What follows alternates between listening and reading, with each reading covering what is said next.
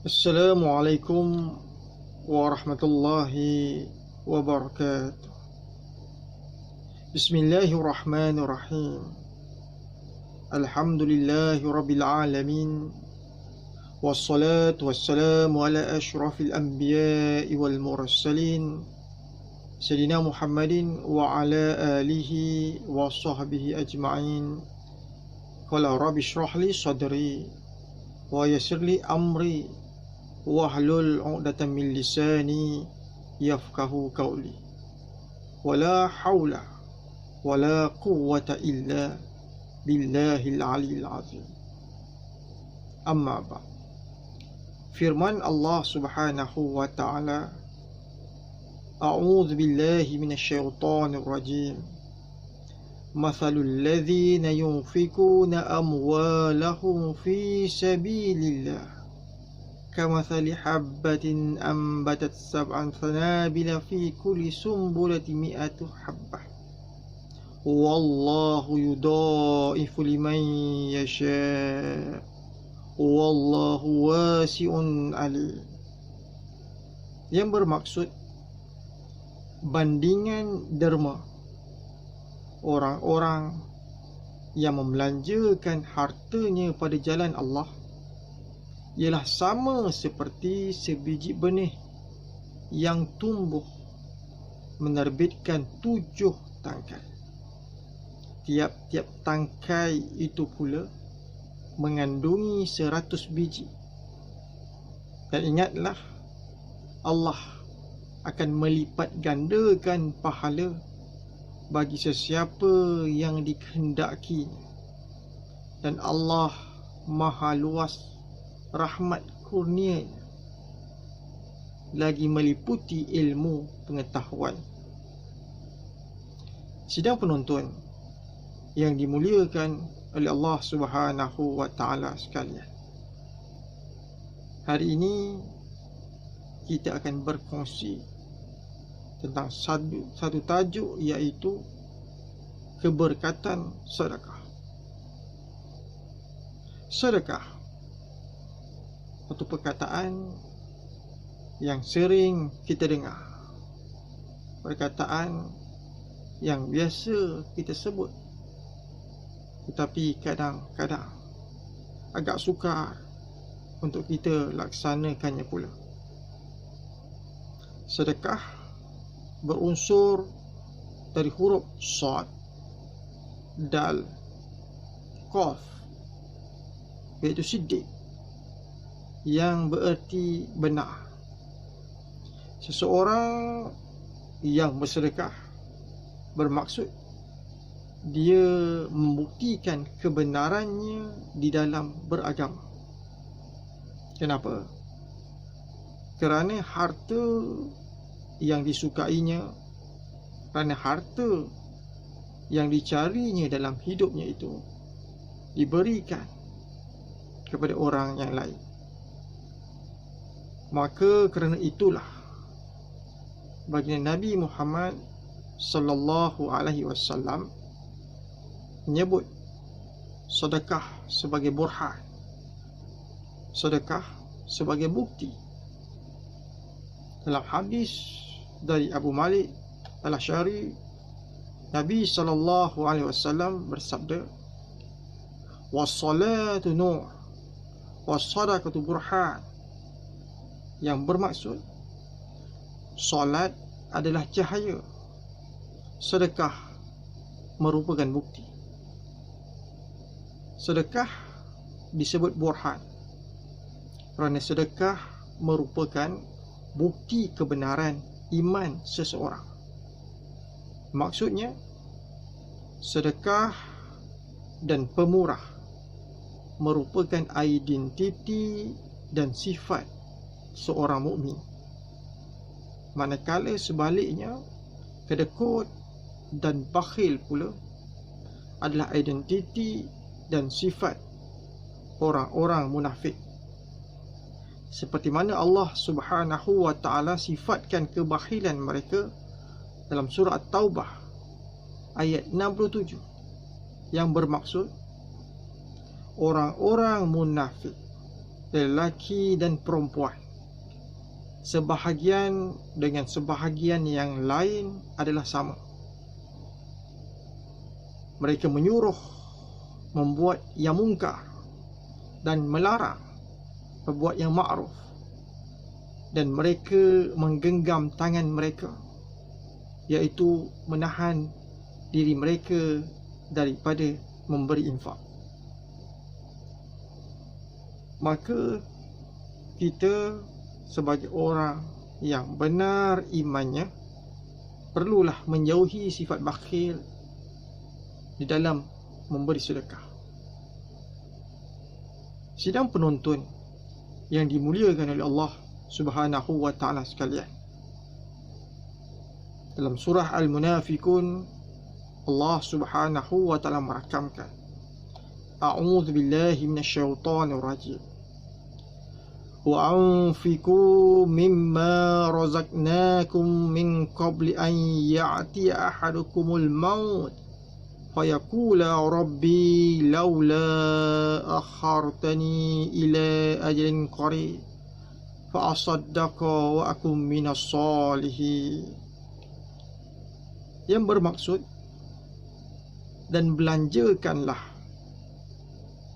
dan dermakanlah sebahagian dari rezeki yang kami berikan kepada kamu sebelum seseorang daripada kamu sampai ajal maut kepadanya. Nanti pada saat kematian kamu berkata kepada Allah, wahai Tuhanku, alangkah baiknya kalau engkau lambatkan kedatangan ajal matiku ke suatu masa yang sedikit sahaja lagi, supaya aku dapat bersedekah dan dapat pula aku menjadi dari kalangan orang-orang yang soleh. Orang-orang yang telah sampai ajalnya ataupun orang-orang yang telah meninggal, jika boleh kembali semula ke dunia ini untuk beramal soleh, maka apakah amalan yang akan mereka lakukan?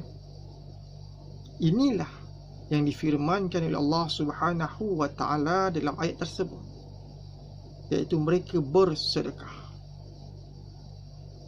Kenapa bersedekah? Mengapa mereka memilih bersedekah daripada amalan-amalan yang lain? Maka ulama mengatakan kerana ia melihat dahsyatnya pahala sedekah setelah kematian. Seorang yang meninggal itu, ketika melihat dosanya, sedekahlah yang dapat menghapuskan dosanya. Sebagaimana sabda Rasulullah sallallahu alaihi wasallam, sedekah memadamkan dosa sebagaimana air memadamkan api. Hadis riwayat Ahmad, Al-Baihaqi, An-Nasai. Ketika orang yang akan meninggal tengah menghadapi hebatnya sakaratul maut, sedekah juga dapat melapangkan dadanya sehingga dia dapat melepaskan nyawa dengan husnul khatimah. Sabda Rasulullah sallallahu alaihi wasallam, sesungguhnya sedekah memadamkan murka Allah dan mencegah kematian yang buruk. Ketika berada di alam kubur, sedekah juga dapat menyelamatkannya dari siksaan kubur. Seperti mana sabda Nabi sallallahu alaihi wasallam, sedekah akan memadamkan api siksaan di dalam kubur. Demikian juga ketika seseorang yang meninggal melihat api neraka yang siap sedia menerkamnya, maka ia melihat amalan sedekah dapat menyelamatkannya dari api neraka. Inilah yang dipesan oleh baginda Rasulullah sallallahu alaihi wasallam kepada isteri baginda Sayyidatina Aisyah radhiyallahu anha, wahai Aisyah, berlindunglah dari siksaan api neraka walau dengan sebiji kurma. Apabila berada di padang mahsyar, ketika matahari sejengkal di atas kepala, peluh-peluh mengalir menenggelamkan manusia, maka sedekah menjadi penaung. Seperti sabda Rasulullah sallallahu alaihi wasallam, setiap orang berada di bawah naungan sedekahnya hinggalah manusia diadili oleh pengadilan Allah. Sedekah adalah amalan yang mudah tetapi sangat dahsyat sebagai penyelamat seseorang di akhirat nanti. Sedekah dapat dilakukan sesiapa pun dan di mana pun, dan sedekah tidak memerlukan kepada rukun-rukun yang khusus. Tetapi sayangnya, kita selama berada di dunia ini banyak yang jarang bersedekah. Kita terlalu sayang dengan harta kita, walaupun kita yakin harta tersebut tidak akan dibawa mati. Bila maut menjelang, harta akan berpindah tangan kepada orang lain. Maka barulah akan merasakan betapa ruginya selama hidup di dunia menjadi orang yang kedekut di dalam bersedekah. Rasulullah sallallahu alaihi wasallam dalam banyak hadisnya menjamin tidak akan berkurang harta yang disedekahkan. Bahkan harta yang disedekahkan akan digantikan oleh Allah Subhanahu wa taala yang Maha Pemberi rezeki dengan berlipat-lipat kali ganda. Malaikat pula akan mendoakan orang-orang yang bersedekah, "Ya Allah, berilah orang yang bersedekah gantinya." Seruan para malaikat sepenjuru langit mendoakan kepada orang-orang yang bersedekah. Dalam surah Al-Hadid, Allah Subhanahu wa taala berfirman yang bermaksud, sesungguhnya orang-orang yang bersedekah, baik dari lelaki maupun perempuan, dan meminjamkan kepada Allah pinjaman yang baik, nescaya akan dilipat gandakan ganjarannya kepada mereka, dan bagi mereka pahala yang banyak. Selain daripada itu, terdapat pintu syurga yang hanya akan dapat dimasuki oleh orang-orang yang bersedekah. Orang yang memberi dan menyumbangkan dua harta di jalan Allah, maka ia akan dipanggil oleh salah satu dari pintu syurga. "Wahai hamba Allah, kemarilah untuk menuju kenikmatan." Jika ia berasal dari golongan orang-orang yang suka mendirikan solat, ia akan dipanggil dari pintu solat. Yang berasal dari kalangan orang-orang yang berjihad, maka dia akan dipanggil dari pintu jihad. Jika ia berasal dari golongan yang gemar bersedekah, maka ia akan dipanggil dari pintu sedekah. Hadis riwayat Bukhari dan Muslim. Namun pada kenyataannya masih ramai orang yang mengaku beriman tetapi ragu-ragu dan kurang yakin dengan sabda Nabi sallallahu alaihi wasallam. Kita ragu-ragu tentang jaminan Nabi sallallahu alaihi wasallam bagi orang yang bersedekah. Kita begitu sayang untuk merelakan harta terbaik kita untuk disedekahkan. Dan sekiranya kita bersedekah pun, kita bersedekah dengan sisa-sisa duit kecil kita yang kita tidak merasa sayang pun. Padahal sedekah itulah tabungan kita di akhirat yang akan setia mendampingi kita. Ketika kita sudah melihat akhirat nanti, barulah kita sedar sedekahlah antara amal soleh yang dahsyat yang mampu untuk menyelamatkan kita. Dalam hadis Bukhari diterangkan, seorang wanita pelacur diampuni dosanya hanya kerana memberikan air kepada seekor anjing. Abu Hurairah radhiyallahu anhu menyebut, telah diampuni seorang wanita pelacur yang melewati di depan seekor anjing kehausan yang menjulurkan lidah. Dia melepaskan kasutnya untuk mengambil air di sebuah telaga untuk diberikan minum kepada anjing yang kehausan. Maka Allah Subhanahu wa ta'ala pun berkenan mengampuni dosa si pelacur kerana sedekahnya itu.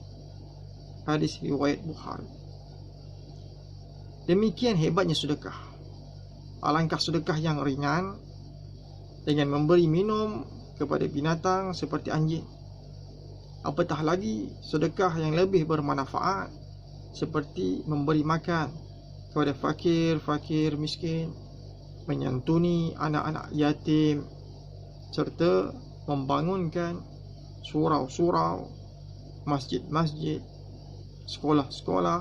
Sudah tentulah lebih dahsyat lagi dapat menolong di akhirat kelak.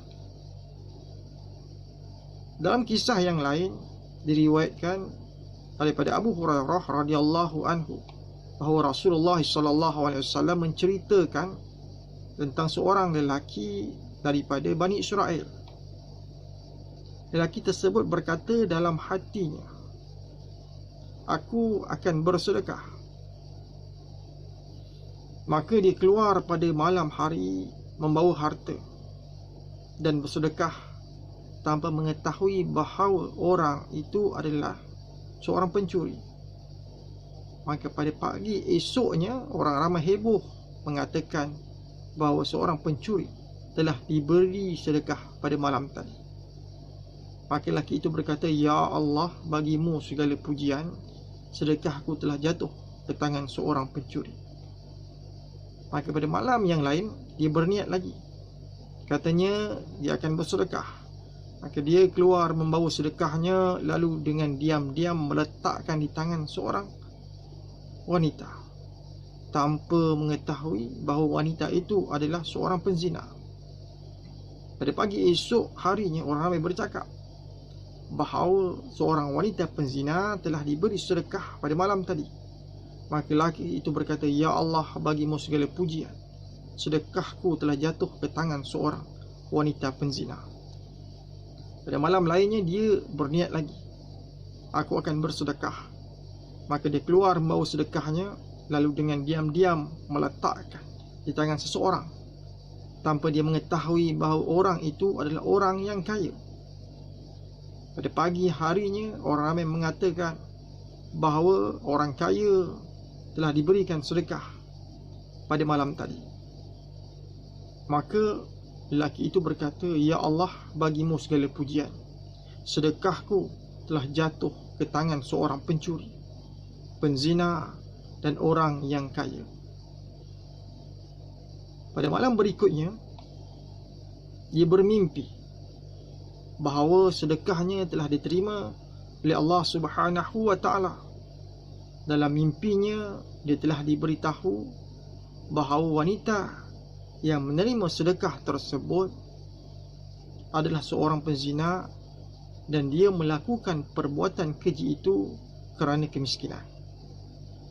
Akan tetapi setelah menerima sedekah tersebut, dia berhenti dari perbuatan dosanya itu. Orang yang kedua adalah orang yang mencuri kerana kemiskinannya. Setelah menerima sedekah tersebut, pencuri itu berhenti dari perbuatan dosa. Orang yang ketiga adalah orang yang kaya tetapi bakhil dan tidak pernah bersedekah. Akan tetapi setelah menerima sedekah tersebut, orang kaya itu telah mendapat kesedaran dan telah timbul perasaan dalam hatinya bahawa dirinya lebih kaya daripada orang yang memberikan sedekah tersebut. Lalu orang kaya itu berniat ingin memberikan sedekah yang lebih banyak daripada sedekah yang baru sahaja dia terima. Kemudian orang kaya itu mendapat taufik hidayah untuk bersedekah dan menginfakkan hartanya pada jalan yang diridai oleh Allah Subhanahu wa ta'ala. Jadi hikmah dari kisah-kisah tersebut adalah ketulusan dan keikhlasan dalam bersedekah sifat suka bersedekah banyak membawa kebaikan kepada orang-orang di sekeliling kita, dan dengan bersedekah juga ia dapat menutup bermacam-macam pintu keburukan. Maka apa yang dapat kita simpulkan pada kali ini, antara lain yang pertama, kita hendaklah meyakini bahawa bersedekah adalah perintah dari Allah Subhanahu wa taala, yang Allah sendiri menjanjikan ganjaran-ganjaran yang besar. Dan sedekah juga sebagai bukti keimanan kita kepada Allah. Yang kedua, kita hendaklah memperbanyakkan sedekah dan membelanjakan harta pada jalan Allah Subhanahu wa taala dengan penuh keikhlasan, serta kita menjauhi sifat bakhil dan kedekut yang merupakan sifat orang-orang munafik, serta janganlah kita mengungkit-ungkit tentang sedekah yang telah kita keluarkan. Yang ketiga, kita hendaklah memudayakan amalan sedekah, yang mana sekarang begitu mudah untuk kita bersedekah dengan menggunakan aplikasi di dalam telefon pun kita sudah boleh bersedekah. Maka hendaklah kita memudayakan bersedekah sebelum tibanya ajal kematian kita yang pastinya datang secara mengejut. Maka itulah saja untuk kali ini. Saya akhiri dengan wabillahi taufiq wal hidayah.